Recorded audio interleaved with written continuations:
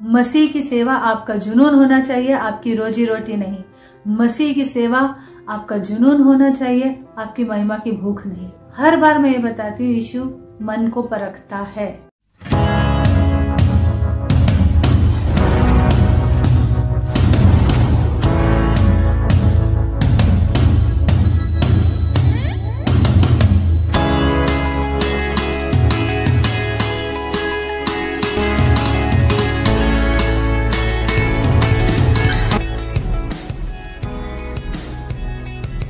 Praise the Lord, जय मसीह की।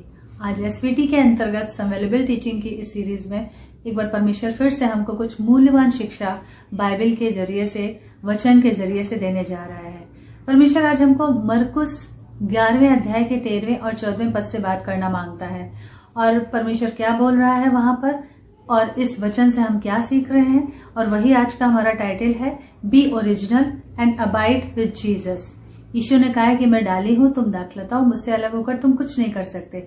लेकिन इसके साथ ही साथ जो पहला कमांडमेंट परमेश्वर में बता रहा है, बी ओरिजिनल, जो मरकुस का 11वां अध्याय है, वहां पर जो कहानी है अंजीर के पेड़ की, वो हम और आप जानते हैं, हमने कई बार पढ़ा है बाइबल में। वहां पर है कि यीशु को जब भूख लगी थी, उन्होंने दूर से एक अंजीर का पेड़ देखा था और उस पेड़ में पत्ते थे, और इसलिए यीशु पास में गए कि कुछ फल खाने की आशा से, वहां पर ऐसा लिखा है। और उन्होंने जब देखा कि उसमें कोई फल नहीं है, सिर्फ पत्ते ही पत्ते हैं, तो उनको अच्छा नहीं लगा, या कह लें कि एक होली एंगर आया उनके अंदर, और उन्होंने उस अंजीर के पेड़ से कहा कि अब से तुझमें फल नहीं लगेंगे, तेरा फल कोई नहीं खाएगा और तू सूख जाएगा। तो सोचने वाली बात है कि यीशु को इतना गुस्सा क्यों आया? अरे ठीक है, फल ही तो नहीं लगे थे, लग जाते थोड़े समय बाद। नहीं, ऐसा नहीं है। एक्चुअली अंजीर के पेड़ में फल और पत्ते एक साथ आते हैं। फल आते हैं तो ही पत्ते दिखते हैं। वो दिखावे के पत्ते थे, मतलब फल नहीं थे पर पत्ते कैसे आ गए? वो झूठा दिखावा था। इसलिए प्रभु यहाँ हमें सिखाना चाहता है, बी ओरिजिनल। प्रभु को झूठे दिखावे से नफरत है।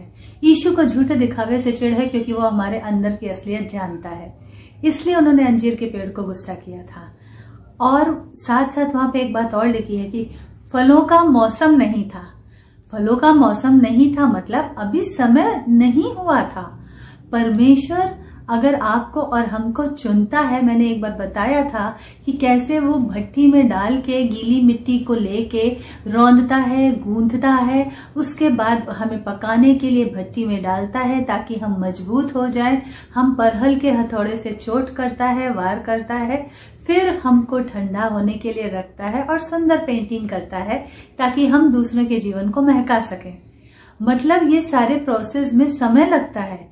पर हम में से बहुत से विश्वासी ऐसे होते हैं जो नया जन्म पाते ही सोचते हैं कि बस अब हमने उद्धार पा लिया है, अब सब कुछ हम अपने तरीके से कर लेंगे और अब हम अपना टैलेंट दिखा देंगे, या फिर अब हम दिखा देंगे कि हाँ हम क्या है। और यीशु को इस दिखावे से नफरत है। यही अंजीर के पेड़ की कहानी, पत्तों वाले पेड़ की कहानी हमको सीख देती है।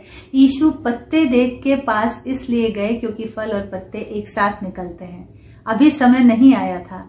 और पौलुस ने भी जब कमांड दिया है तिमोथी को, अपने लेटर लिखा है, तो उसने कहा है कि भाई जो सेवक बनना चाहे या जो कोई अध्यक्ष बने, कोई पदभार संभाले, तो नया चेला ना हो, ऐसा ना हो कि फिर वो घमंड करके पाप में फंस जाए। इसलिए प्रभु कहते हैं B original and abide with Jesus. बचपन में एक कहानी जो आप सबने शायद पढ़ी होगी, और उस कहानी में ऐसा था कि एक गरीब था कोई, और उसके घर में कुछ खाने पीने को नहीं था बहुत दिनों से। तो उसने अपने दोस्त से कहा कि भाई मुझे कहीं से एक कुल्हाड़ी उधार लाके दे दे।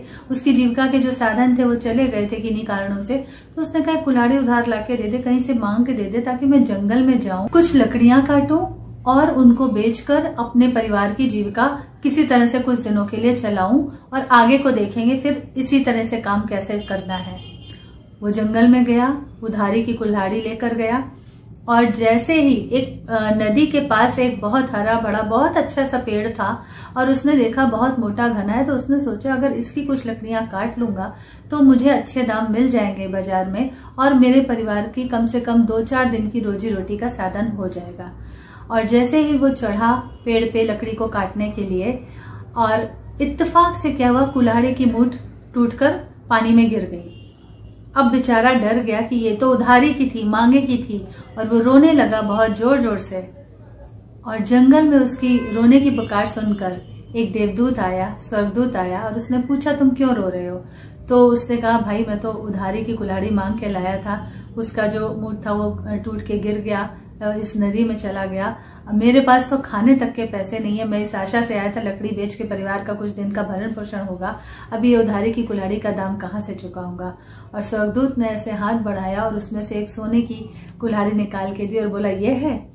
वो बंदा इतना ईमानदार था, आप जानते हैं इस कहानी को। उसने कहा नहीं ये नहीं है। तो उसने कहा मेरी तो लोहे की थी। तब स्वर्गदूत ने उसकी ओरिजिनल कुल्हाड़ी निकाल के दी और बोला ठीक है, ये तुम्हारी कुल्हाड़ी है जो तुम मांगे के लाए थे, ले जाओ, लेकिन ये मैं तुम्हें अपनी तरफ से इनाम में देता हूं तुम्हारी ईमानदारी के लिए। B original. वो ओरिजिनल था, उसने लालच नहीं किया, और इस तरीके से उसकी न केवल गरीबी दूर हुई बल्कि उसको इस बात के लिए भी बल मिला कि हाँ मुझे हमेशा ईमानदार रहना है। और जब उसकी ये बात दूसरे को पता चली, उसके एक और दोस्त को, तो उसने कहा चलो आज मैं भी उसी जगह लकड़ी काटने जाऊंगा, और उसने भी कुल्हाड़ी गिरा दी और रोने लगा जोर जोर से। तो परमेश्वर ने इस चीज को देखा और उन्होंने फिर स्वर्गदूत को भेजा और उसने फिर वही बात पूछी, और उसने नकली नाटक करके कहा कि मेरी तो कुल्हाड़ी गिर गई है, मैं मांग के लाया था, ब्ला ब्ला ब्ला। तो उसने पहले फिर सोने की निकाली और बोला ये है। उसने पहली बार में ही बोल दिया हाँ ये है। तो स्वर्गदूत ने उसको बहुत डांटा और उसको बोला कि मैं तुम्हें शाप दे सकता हूं पर मैं नहीं दूंगा, क्योंकि मैं चाहता हूं कि तुम सुधर जाओ। तुम्हारे जिस दोस्त की नकल कर रहे हो तुम ना, वो ओरिजिनल था, पर तुम जानबूझ के झूठा दिखावा कर रहे हो। एक और उदाहरण हम नया नियम में पढ़ते हैं, प्रेरितों की किताब उसके 19वें अध्याय में उसके 13 से 16 तक के वचन में। वहां पर ऐसा लिखा है कि जिस वक्त पौलुस प्रचार करता था, दुष्ट आत्माएं थरथराते हुए निकल जाती थी, लोग बीमारियों से चंगे हो रहे थे, बंधनों से आजाद हो रहे थे, और बहुत से उस समय जादूगर थे जो जादू से अपने जादू से लोगों को भरमाते थे और कुछ कुछ आश्चर्यकर्म करने का दावा करते थे। वो ये करने लगे कि वो जिनमें दुष्ट आत्माएं होती थी अब उन पे हाथ आजमाने लगे, ये कह के कि जिस यीशु का प्रचार पौलुस करता उसके नाम से निकलो। उनका कनेक्शन नहीं था यीशु से, पौलुस का तगड़ा कनेक्शन था। अभी वहां पर इस्किवा महायाजक के उस यहूदी के जो 7 पुत्र थे उनके बारे में लिखा है कि एक व्यक्ति था, उसमें दुष्ट आत्माएं थी, और उसको वो इसी तरह से यही कह के निकालने लगे कि जिस यीशु का प्रचार पौलुस करता उसके नाम से निकलो तुम इस व्यक्ति के अंदर से। उन दुष्ट आत्माओं को धिक्कारने लगे, रिब्यूक करने लगे। तो वहां पर लिखा है कि दुष्ट आत्माएं उन पुत्रों पर ऐसे लपकी, उनको पकड़ने के लिए, फाड़ने के लिए, जिस व्यक्ति में दुष्ट आत्माएं थी उसमें से निकल के उसके पुत्रों पे लपकी और उनके कपड़े फाड़े। और वहां पर लिखा है कि उसके पुत्र अपनी जान बचा के, इसके बाद यहूदी के पुत्र अपनी जान बचा के भागे। उन दुष्ट आत्माओं ने पता क्या कहा, मैं पौलुस को जानती हूँ, मैं यीशु को जानती हूँ, पर तुम कौन हो? विच मीन्स कि तुम्हारा कनेक्शन क्या है यीशु से? भैया पौलुस का कनेक्शन बहुत तगड़ा है यीशु से, इसलिए हम उससे डरते हैं। अगर आपका कनेक्शन यीशु से तगड़ा है तो दुष्ट की शक्तियां, नर की शक्तियां, शैतानी शक्तियां आपसे भी थर-थर कांपेंगी। इस बात पे याद रखिए, हमें डरने की जरूरत नहीं है, बल्कि दुष्ट हमसे डरता है। जब हम सो के उठते हैं तो वो कहता है अरे वो फिर उठ गई, अरे वो फिर उठ गया, अब ये हमारे राज्य का तहस नहस कर देगा। हमें डरने की जरूरत नहीं है, आमीन। और हमें ओरिजिनल रहने की जरूरत है। हमें अपना खुद का कनेक्शन, यीशु मसीह क्या है? व्यक्तिगत परमेश्वर है, पर्सनल सेवियर है। हमें अपना कनेक्शन मजबूत करना है यीशु से, ताकि नर्क की शक्तियां थर थर कांपें हमारे और यीशु के कनेक्शन से। नाम तो यीशु का ही चलेगा। ये देखिए, कभी इस धोखे में मत आना कि नाम आपका चलने वाला नहीं। आपने खून नहीं बहाया मनुष्य जाति के लिए, यीशु ने लहू की आखिरी बूंद तक बहाई है। लेकिन जब आपका कनेक्शन तगड़ा होगा सिंहासन से, पिता के सिंहासन से, यीशु मसीह से, तब नर्क की शक्तियों को भागना पड़ेगा दुम दबा के, जब आप हुक्म दोगे, जब हम हुक्म देंगे। As per the lord's will, अपनी कॉलिंग में चलिए। Wait upon the lord's timing for his perfect timing. Daud ने गोलियत को अपने ओरिजिनल फॉर्म में हराया था। शाऊल के जब उसके कपड़े पहनाए गए शाऊल राजा के, तो उसने बोला इन्हें पहन के तो मुझसे चला ही नहीं जाता, तो मैं शत्रु को ललकारने और हराने के लिए युद्ध भूमि में कैसे उतरूं? और उसने कहा कि बाबा ये अपने कपड़े वापस लो। वो अपने ओरिजिनल फॉर्म में, जैसा वो था वैसे ही फॉर्म में आया। शत्रु को हराने के लिए you have to learn be original, abide with Jesus, be original. एक बात याद रखिए, यीशु प्रभु है, वो हमारा पिता है। पिता को हमसे ज्यादा हमारी चिंता है, हमसे ज्यादा वो हमारे बारे में सोचता है। पर हम और आप करते क्या है, हम अपनी इंसानी विल लगाते हैं। मैंने बताया था आपको, हैदराबाद शहर से परमेश्वर ने मुझे कहा था कि बेटा मैं तुम्हें यहाँ से ले जा रहा हूँ। मैंने कहा ठीक है, आप ले जा रहे हो तो गलती के अंजाम मैं भुगतने को राजी हूँ। पूना ले चलो। पूना नहीं मिला। प्रभु ने साफ मुझे दर्शन में दिखाया था कि नहीं बेटा, एक बार फिर से तेरी और मर्जी नहीं, मैं नासिक लेके जा रहा हूँ। नासिक आना मेरी मर्जी में बिल्कुल शामिल नहीं था, वो मेरी पसंद नहीं थी नासिक की पोस्टिंग। और मैं बिल्कुल यीशु से, एक जैसे बच्चे होते हैं ना, नाराज हो जाते हैं जब उनकी आप डिमांड ना पूरी करो तो कैसे करते हैं। अव्वल तो वो अपने रूम से आते ही जब उनको आपसे कुछ मांगना होता है, मनाना होता है, मस्का मारना होता है, और अगर आपका तो नहीं, बिल्कुल नहीं, तो पैर पटकते हुए वापस जाते हैं अपने रूम में, है ना। हम सबके पास बच्चे, हमें पता है। ठीक उसी तरह से मैंने प्रभु से कहा, प्रभु ने कहा नहीं, बिल्कुल नहीं।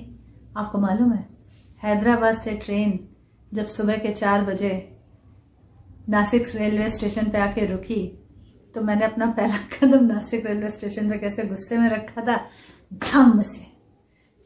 विच मीन्स कि मैं प्रभु से मनी मनी ये कह रही थी, ये लो यीशु, आ गई नासिक, आप खुश।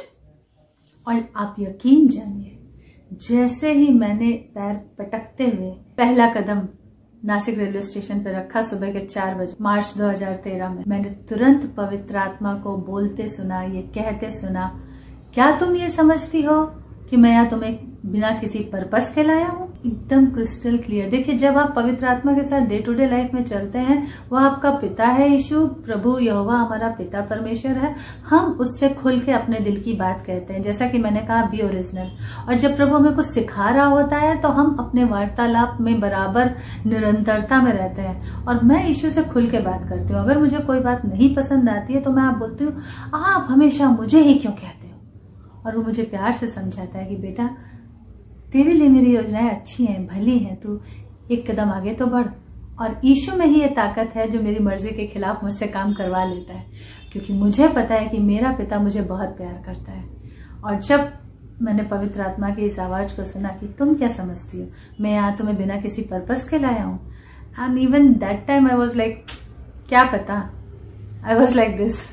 तो मुझे ऐसा लगता है कि प्रभु कह रहा होगा, तो बेटा फिर चुपचाप चल ना, मेरी उंगली पकड़ के एंटर कर शहर के अंदर, जब क्या पता बोल रही है तो। लेकिन परमेश्वर की मर्जी में ही आशीष है, भले ही उस वक्त हमें समझ ना आ रहा हो कि हमारे साथ ऐसा क्यों हो रहा है, या हम जो चाह रहे थे वो हमें क्यों नहीं मिला। क्या हमारी इतनी बड़ी गलती थी? मैं कहती थी यीशु, इतनी बड़ी भी तो गलती नहीं कि आप पुनः ना दो। लेकिन यीशु ने कहा, बेटा मेरी योजनाएं कुछ और है। ठीक है, हमारा जो उद्धार पाने के बाद से सिंस बिगनिंग एक ही काम रहा है, हम दुनिया के खेतों में जाते हैं, मतलब दुनिया के लोगों के बीच में वचन का बीज बोते हैं, सुसमाचार का बीज बोते हैं, आत्माओं की फसलें काटते हैं और उनको लाके चर्च से जोड़ देते हैं। फिर हमारी नेक्स्ट पोस्टिंग हो जाती है, वहां पर हम ये काम करते हैं। फिर हमारी नेक्स्ट पोस्टिंग हो जाती है, वहां पर हम ये काम करते हैं। यहाँ आकर भी हम अपने आसपास के लोगों में वचन का बीज बो रहे थे। मेरे पति अपने ऑफिस में बता रहे थे, हम अपने अड़ोस पड़ोस में बता रहे थे, और हम चर्च की कंफर्ट जोन में बैठे हुए थे। स्पेशली मैं तो बड़े आराम से बैठी हुई थी चर्च की कंफर्ट जोन में। और जिस वक्त मैं आपको बताऊं, परमेश्वर भी परेशान हो जाता है कई बार कि बेटा मैं किस काम के लिए लाया हूं और तुम लोग क्या कर रहे हो करके आराम से पीछे जाके बैठ जाते हो। जिस वक्त हमारी कॉलिंग के सही समय पे परमेश्वर कहता है, बेटा तेरे तरीके से काम नहीं होगा, हमारे तरीके से, मेरे तरीके से काम होगा, उस वक्त हमारी कॉलिंग के सही समय में, मैं जिस चर्च में जाती थी वहां पे एसी चलता था, तो मैं क्या करती थी, मतलब उस एसी से बचने के लिए, मेरी और एसी की दुश्मनी है। बंद एसी अच्छा लगता है, चलता एसी मुझे बिल्कुल अच्छा नहीं लगता है। एसी की और मेरी, हमारे बीच में 36 का आंकड़ा है। अब ये दुश्मनी ईश्वर ही दूर करेंगे, पता नहीं कब करेंगे। तो एसी से बचने के लिए मैं सीढ़ियों के और हॉल के बीच में पैसे था, वहां चेयर डाल के आराम से बैठ जाती कि बस प्रभु के भवन में बैठी हूं, इतना काफी है। और यीशु ने कान पकड़ के मुझे वहां से खींचा और निकाला और खड़ा किया पुलपिट पे लाके। एक्चुअली पुलपिट हमारे जहन में कहीं नहीं था, क्योंकि हम बस यीशु का राज्य बढ़ाना चाहते थे। ठीक है, वो हमारे अंदर की एक भली बात थी जिसको प्रभु ने देखा और परखा लेकिन परमेश्वर का समय आ गया था और वो कह रहा था कि बेटा अब मैं तुझे योना की तरह, निकलो यहाँ से और आके यहाँ खड़े हो और काम करो। और हम उस वक्त पता है क्या कर रहे थे, मैं शायद बता चुकी हूँ पिछली बार, हम कोचिंग खोलने का प्लान कर रहे थे। परमेश्वर यीशु ने हमारे उस काम को कभी शुरू ही नहीं होने दिया। उस दिशा में हमारे उस डायरेक्शन में हमारी काम को, हमारी बातों को फाइनलाइज नहीं होने दिया, क्योंकि उसका तरीका हमारे तरीके से अलग है। हम कह रहे थे कि इस जरिए से यूथ मिनिस्ट्री भी हो जाएगी, जवानों के बीच में वचन भी शेयर हो जाएगा और पढ़ाने का जो हमारा शौक है वो भी पूरा हो जाएगा। इस तरीके से हम सोच रहे थे। आइजाया 55:9 से यशाया 55 के 9 में वचन कहता है कि your ways and my ways are 1000 miles away. तुम्हारे विचार और मेरे विचार में जमीन आसमान का अंतर है, तुम्हारी गति और मेरी गति एक सी नहीं। तो परमेश्वर अलग तरीके से काम लेना चाहता था, हम करना चाहते थे यीशु का काम, पर अलग तरीके से कर रहे थे और अलग तरीके से करना चाहते थे। यीशु कहता है बेटा तरीका मेरा होगा क्योंकि मैं प्रभु हूं, तरीका तेरा नहीं होगा। यीशु की मर्जी में बने रहिए, पहली चीज। दूसरी चीज, उसके तय किए हुए समय तक ठहरे रहिए। आपको क्या लगता है जब यूसुफ को गड्ढे में डाला, उसके बाद गुलामों की तरह बेचा गया, तो जाते ही मिस्र में वो पोतीफर के घर में पहुंचा दिया गया और वहां का सारा कमांड उसके हाथ में आ गया? नहीं। आपको क्या मालूम कितने साल लगे, कितने साल वो गुलाम की दशा में ही काम करता रहा, तब जाकर कहीं से उसको पोतीफर के घर का पता मिला होगा या वहां पर नौकरी मिली होगी। और पोतीफर को भी एक ही दिन में उस पर भरोसा नहीं आ गया होगा कि हाँ भाई, एक ही दिन में नहीं समझ लिया होगा कि हाँ यूसुफ की वजह से हुआ मुझे आशीष, इसके परमेश्वर, ये लड़का जब से काम पे आया तब से आशीष आशीष आ रही मेरे घर में। ये समझने में भी सालों साल लगे होंगे, उसके हाथ में कमांड आने में सालों साल लगे होंगे। उसके बाद जब वो जेल में झूठे इल्जाम में पोतीफर की पत्नी के द्वारा फंसा के डाला गया, तो जेल में कितने साल लगे होंगे? 1 या 2 साल में ही निकल आया होगा? नहीं, बाइबल स्कॉलर तो कहते हैं कि शायद 12 से अधिक साल लग गए उसको जेल के अंदर। परमेश्वर के समय के लिए ठहरे रहिए। हमारा प्रॉब्लम आज का ये है कि हम ठहरते नहीं है प्रभु के समय के लिए। उद्धार हुआ नहीं, हमको पुलपिट का नशा पहले खींचता है। पहले तैयार तो हो जाइए परमेश्वर के तरीके से, यीशु के तरीकों से। पहले तैयारी तो सीख लो, पहले उसके आत्मिक शस्त्र तो बांध लो। नहीं, हम तो आते ही इसलिए है। देखिए सेवकाई, मैं बोलती हूँ इस बात को पहले भी कई बार, सेवकाई या मिनिस्ट्री रोजी रोटी नहीं है। मसीह की सेवा आपका जुनून होना चाहिए, आपकी रोजी रोटी नहीं। मसीह की सेवा आपका जुनून होना चाहिए, आपकी महिमा की भूख नहीं। हर बार मैं ये बताती हूँ, यीशु मन को परखता है, यीशु अंदर तक जानता है। दाऊद के मन को यीशु जानता था, यूसुफ के मन को यीशु जानता था, यहोवा जानते थे। अपने बच्चों के मन को आज भी वो जानते हैं। यूसुफ, दाऊद, अब्राहम, ये सारे ऐसे लोग थे जो हमेशा यहोवा के प्रति वफादार रहे। पौलुस, पतरस, ये सब वफादार रहे, इसलिए इनको सौंपा गया। जो थोड़े से थोड़े में वफादार है उसे बहुत सौंपा जाएगा। हर दिन की आपकी प्रार्थना ये होनी चाहिए, पिता मेरी नहीं बल्कि तेरी मर्जी पूरी हो। हालांकि हम कोचिंग खोलना चाहते थे, लेकिन हम एक भली प्रार्थना ये कर रहे थे कि पिता मेरी नहीं बल्कि तेरी मर्जी पूरी हो, और वही हुआ। तो हमेशा प्रार्थना ये करें कि मेरी नहीं बल्कि तेरी मर्जी पूरी हो। हम चाहते तो बहुत कुछ है, पर प्रभु उनमें से एक भी चीज ना पूरी हो तब तक, अगर वो तेरी मर्जी ना हो। आइए दुआ करें। पिता, आज वचन के सुनने वालों को तुझसे लिपटे रहना सिखा, तेरे समय के लिए वेट करना सिखा, और सबसे बढ़कर तेरी मर्जी कैसे पूरी कर सकते हैं वो सिखा प्रभु, ताकि हम तेरी मर्जी पूरी करके तेरे राज्य को इस धरती पर स्थापित कर सकें। तेरे आने के दिन के लिए हम खुद भी तैयार रहें और बहुतों को तैयार कर रखें। और तमाम सुनने वालों को जिस जिस तक वचन जा रहा है बहुतायत से आशीष दे, यीशु मसीह के नाम में। आमेन और आमेन।